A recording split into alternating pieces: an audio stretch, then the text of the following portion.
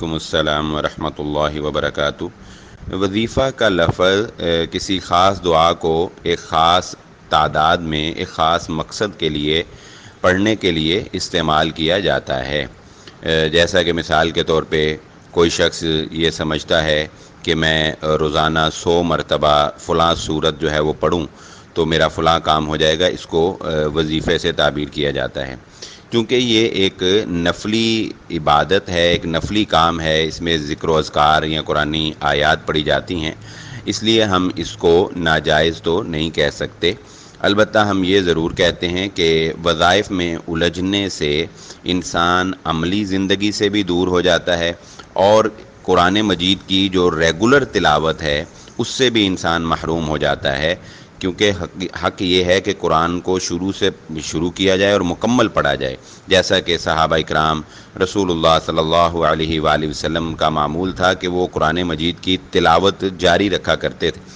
اور نبی صلی اللہ علیہ وآلہ وسلم سے بھی اذکار کی تعداد جو ہے وہ ثابت ہے، یعنی 33 مرتبہ، 10 مرتبہ۔ تو یہ تعداد میں نبی صلی اللہ علیہ وسلم سے کوئی بھی ذکر کرنا یہ بھی نبی صلی اللہ علیہ وآلہ وسلم سے ثابت ہے۔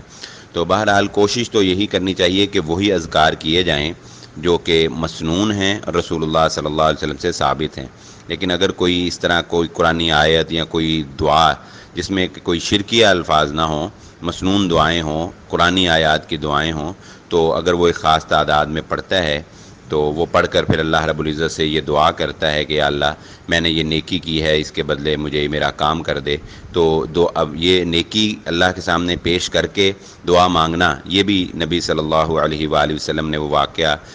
غار والا جو سنایا نا، جو 3 بندے غار میں پھنس گئے تھے،